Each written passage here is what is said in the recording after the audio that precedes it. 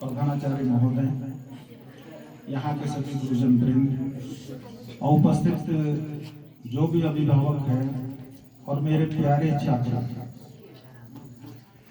मेरा सौभाग्य है कि मुझे इस विद्यालय में आने का अवसर बार बार मिलता है, शायद मिलेगा भी, क्योंकि यहाँ पर हमारे रिश्तेदार हैं तो मुझे आने का मौका मिलता है। वैसे जेबीपी फाउंडेशन के माध्यम से हम लोग हिंदुस्तान के हर जगह इस तरह के कार्यक्रम करते हैं बच्चों को मोटिवेट करने के लिए। इसके पीछे एक लॉजिक है कि बच्चा जब पढ़ता है वो अपने विद्यालय में सबसे, कोई भी बच्चा, किसी भी बच्चे के ना जो हीरो होते हैं वो उसके माँ बाप होते हैं, और उसके बाद उसकी जिंदगी में जो भी कोई असर डालता है वो उनके अध्यापक डालता है। वो कहते हैं ना, गुरु गोविंदो उखड़े का केला उपाय। तो जो अध्यापक का स्तर ये होता है कि एक बार जो इससे पूर्व राष्ट्रपति थे, जब वो अपने घर कानपुर गए थे तो जिस अध्यापक ने उन्हें प्राइमरी में पढ़ाया था, भारत का राष्ट्रपति मंच से उतरकर अपने उस अध्यापक के पैर छुआ। तो इसका मतलब है आप कितनी ऊंचाई पे चले जाओ, लेकिन जो आपका अध्यापक होता है उसको आप लोग भूलते नहीं है। और अध्यापकों में भी कई लोग इतने डेडिकेटेड होते हैं। मुझे याद है कि जेबीपी को हमने, जेबीपी के लिए जो प्रेरणा मिली उसके पीछे भी ये लॉजिक है कि जेबीपी क्या है, शायद मैं पहले भी बता चुका हूं। जे का मतलब है मेरे पिताजी झाऊराम शर्मा जी थे, तो जे इंडिकेट करता है उनके नाम से, और बी फॉर बलजीत कुमार शर्मा, वो भी अध्यापक थे और उन्होंने अध्यापक का पेशा त्याग करके अपने जमीन के काम में लग गए थे। तो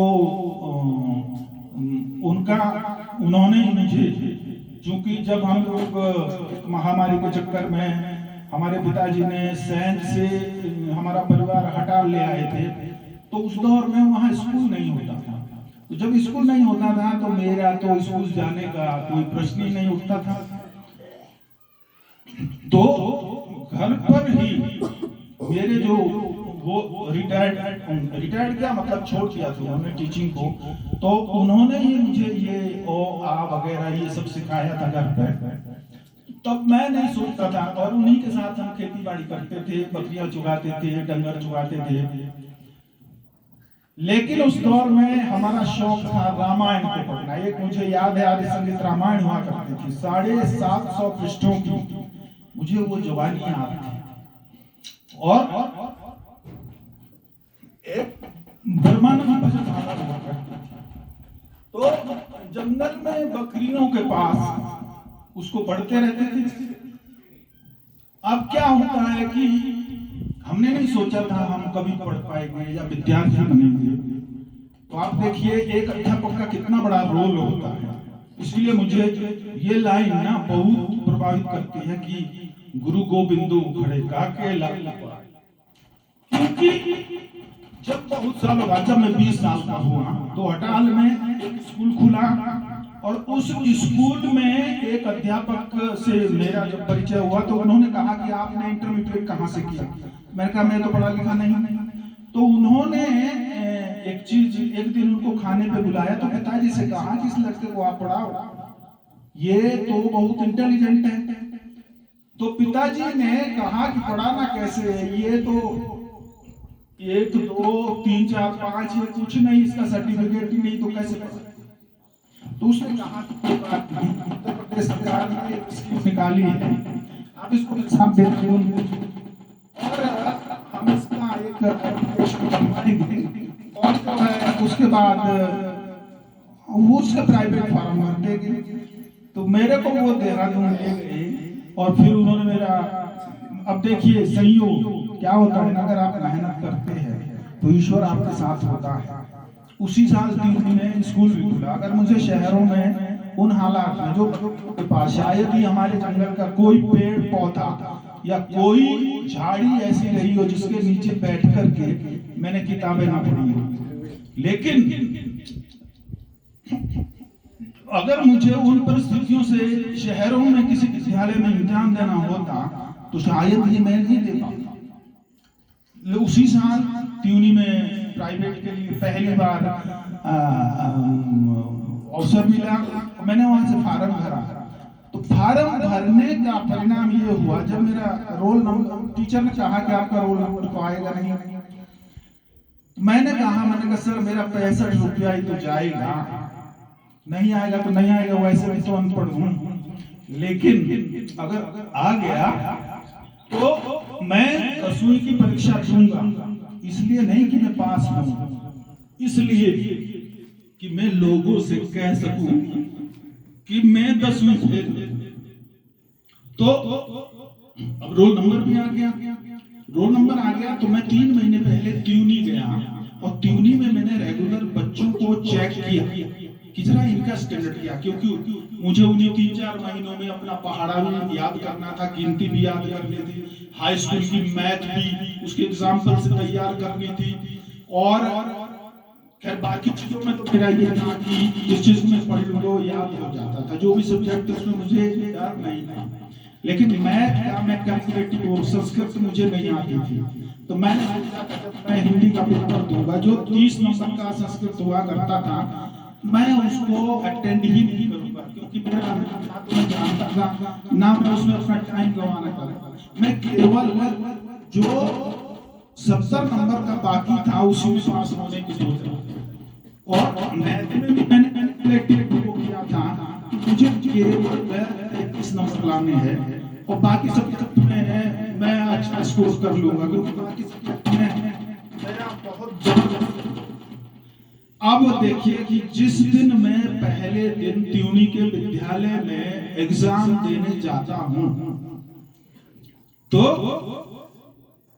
मेरा वो पहला अनुभव था किसी विद्यालय प्रांगण में, किसी 20 साल के बाद किसी एग्जाम हॉल में जाना।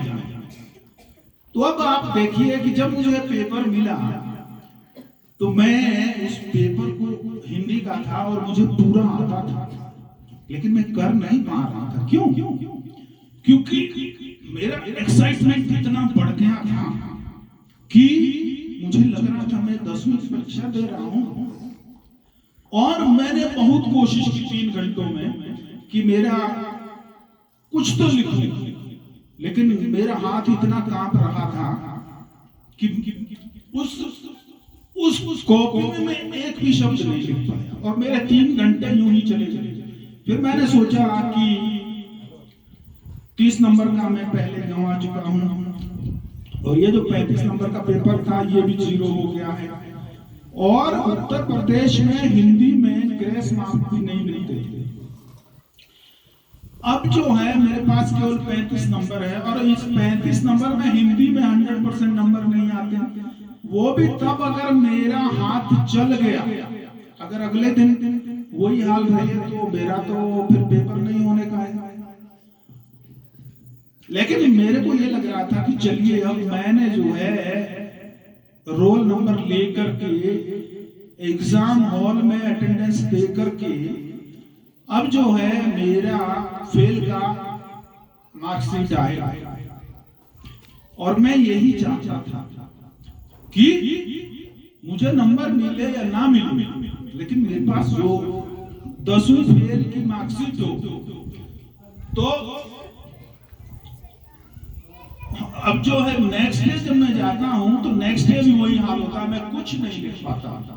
आखिरी घंटे में थोड़ा सा मेरा हाथ चला, लेकिन बाकी उस दिन भी कुछ नहीं कर पाया, लेकिन फिर भी मैं खुश था कि चलिए अब बाकी पेपर देके मार्कशीट आएगी। अब शर्मानंद जो है हाई स्कूल फेल तो हुआ कम से कम। तो तीसरे दिन जब मैंने पेपर देने गया, अब संस्कृत का पेपर था, मुझे नहीं आता था, उसमें एक निबंध होता था, वो था विज्ञान के चमत्कार। तीसरे दिन मेरा हाथ चला, और उस विज्ञान के चमत्कार को मैंने पूरा चमत्कारिक तरीके से लिखा, पूरा 3 घंटा उसी में बिताया, और उसके बाद मेरे पेपर बहुत अच्छे हुए, बहुत ही गजब के पेपर हुए। अब देखिए ईश्वर की लीला देखिए, क्योंकि आप अगर मेहनत करते हैं तो उस साल जो मेरे वो दोनों पेपर खराब हुए थे वो दोनों आउट हो गए, और हमको पता चला कि वो दोनों पेपर मुझे दोबारा देना। अब तब तक तो मुझे कॉन्फिडेंस आ चुका था। जब दोबारा पेपर हुए तो आप सोचिए जब मेरा रिजल्ट आया तो मेरे केवल मैथ में 36 नंबर थे, यानी कि पास होने के लिए 33 चाहिए थे। तो उसको मैंने कैलकुलेटिव वे में जो सवाल किए उसमें कुछ भी गलत नहीं था, और लेकिन किए भी उतने ही के थे, क्योंकि मुझे नहीं आता था, मुझे कोई पढ़ा नहीं सकता था, मुझे अलजेब्रा नहीं आती थी, वो पूरा 33 नंबर का मैं नहीं कर सकता था। मैंने थोड़ा सा कुछ अर्थमेटिक्स और कुछ ज्योमेट्री करके 36 नंबर लाए, और हिंदी में मेरा फिर 46 नंबर आया, क्योंकि एक पेपर तो वो विज्ञान के चमत्कार जो भी था। बाकी मेरी ओवरऑल तो सेकंड डिवीजन ना बहुत बड़ी बात हुआ करती थी, तो मेरी सेकंड डिवीजन बन गई। उसके बाद घर वालों, ये तो बहुत बड़ी बात हो गई थी उन दिनों ना, ये बहुत बड़ा चमत्कार टाइप का हो गया था कि एक लड़के ने ऐसा कर दिया है। उसके बाद मुझे विकासनगर आशाराम वैदिक इंटर कॉलेज में इंटर में एडमिशन मिला, लेकिन कुछ ही 3-4 महीने हम वहां रहे। उसके बाद त्यूनी में ही फिर इंटर कॉलेज पहली बार खुला तो हम लोग त्यूनी आ गए। त्यूनी से इंटर करने के बाद जब मैंने बीए किया फिर एमए किया, उस दौर में मैं डीएवी डिग्री कॉलेज में ज्योग्राफी एसोसिएशन का जनरल सेक्रेटरी भी रहा, और मेरा उस साल जब मैं ग्रेजुएशन कर रहा था तो ज्योग्राफी में 76 मार्क्स हाईएस्ट मार्क्स था यूनिवर्सिटी।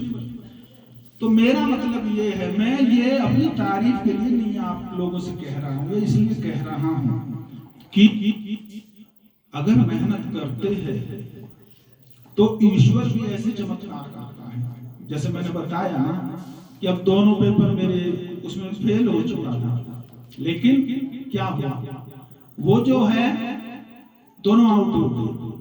अब दूसरी घटना देखिए, मैं पहली बार बैंक की परीक्षा में बैठा और मैं उसमें पास हो गया। जब पास हुआ, पिताजी, एक बार मैंने कुछ परीक्षाओं का भरा था पटवारी वगैरह, तो पिताजी ने नहीं देने दिया कि घर में करो, हम तुम्हारा बड़ा भाई देखिए वो टीचर था, लेकिन हमने उसको रिजाइन करवा दिया था, क्योंकि वो पहले ठेकेदारी करते थे कि आप घर में, हमारा जमींदारी बहुत अच्छी थी, आप सोचिए इतना अनाज बेचते थे जिसकी कुछ सीमा नहीं थी।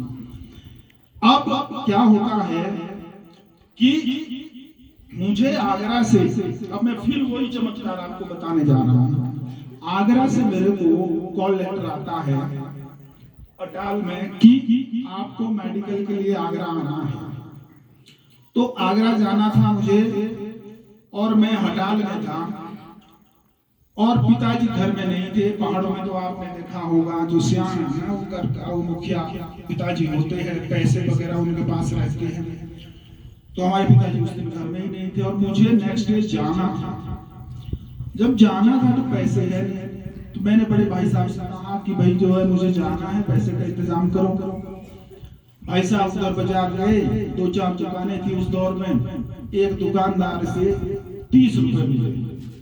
अब 30 रुपए में हटाल से आगरा जाना ये कितना बड़ा जोखिम था, लेकिन मैंने सोचा, मैंने कहा हो सकता है ईश्वर को ये मंजूर है, मैं वही 30 रुपए लेकर के शिमला बस से त्यूनी गया। उन दिनों क्या होता था, डायरेक्ट गाड़ियां नहीं होती थी, पहले त्यूनी रुकिए आप, फिर दूसरे दिन देहरादून के लिए सुबह एक ही बस जाती थी, वो बस पकड़िए।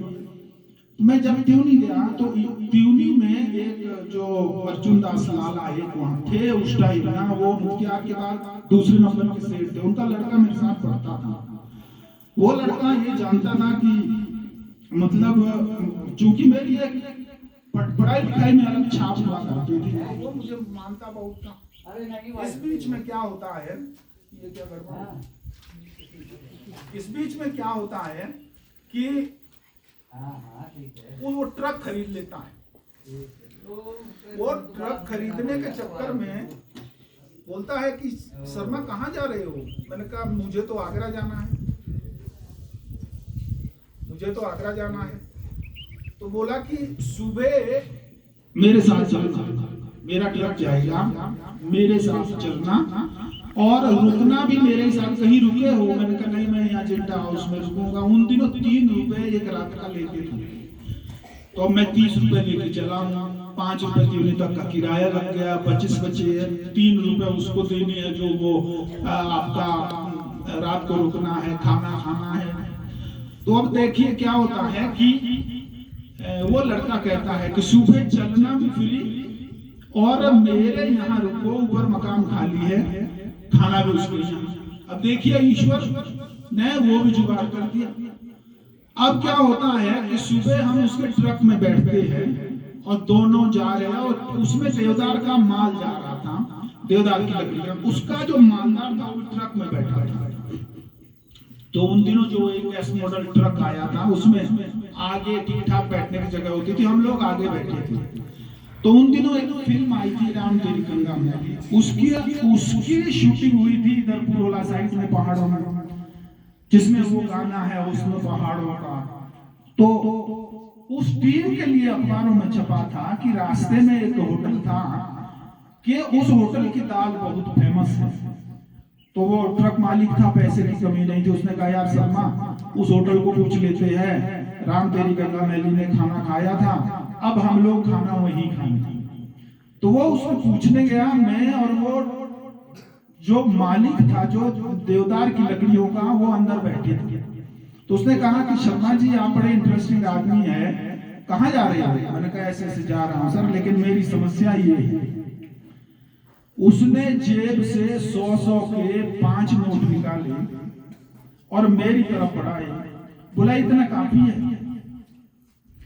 तो मेरे लिए तो एक प्रकार से वो गॉड है।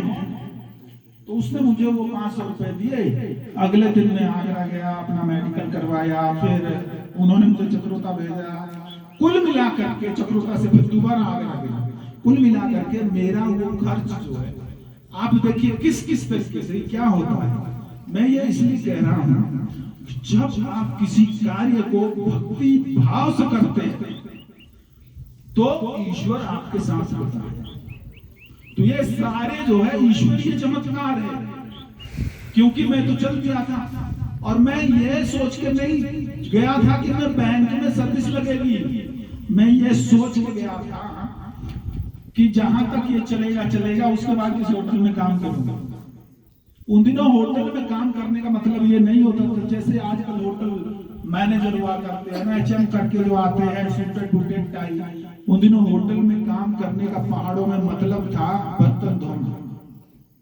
आप सोचिए कि अपनी मानसिकता हम ये लेके चले थे और क्या चमत्कार हो गया। उसके बाद मैंने एमए किया, मुझे बैंक में नौकरी लगी। नौकरी भी लखनऊ में जिस दौर में करी, उस दौर में मैं लखनऊ में ही घर भी बनाया था, बहुत अच्छे इलाके में। फिर जब बच्चे नौकरी में लग गए, मैं बॉम्बे चला गया। तो आप सोचिए, अपने बैंक में भी जो जो प्रमोशन में मैं बैठता गया, उसमें निकलता गया। फाइनली मैं उत्तराखंड का डिप्टी जोनल मैनेजर के रूप में रिटायर हुआ। उस दौर में मेरे को 2 ऐसे ऑफर थे, जो एक तो यही जो बाबा रामदेव का ट्रस्ट चलता है, इन्होंने भी ऑफर किया था, क्योंकि उनको हम लोगों ने उस दौर में, जब मैं वहां डिप्टी जोनल मैनेजर, तो 900 करोड़ रुपए उसको बैंक लोन किया था। तो एक दिन मैं मीटिंग में गया, तो उसने कहा कि भैया आपको तो रिटायर होने के बाद यहाँ ज्वाइन करना है। मैंने कहा मेरे को नहीं करना। कि क्यों? मतलब कैसा है, बेटा तो आईपीएस ऑफिसर है, वैसे तो पेंशन इतनी मिलेगी मैं खा नहीं पाऊंगा, और कुछ नहीं तो बेटे के साथ रहूंगा। वो कि करोगे क्या, आप में तो अभी काफी एनर्जी है। मैंने कहा मेरे को जो करना है वो ये करना, वो इसलिए करना है। देखिए क्या होता है, जैसे आप लोग हैं, जैसे मेरी जिंदगी में देखो कितने लोग ये बीच में आए, इसके बाद भी एक लंबी चेंज है। ऐसा ही इसमें कि आपके पिताजी आपके रोल मॉडल होते हैं, आपके माताजी, आपके गुरुजी, लेकिन इसके सिवाय भी कितने लोग आपकी जिंदगी में आते हैं।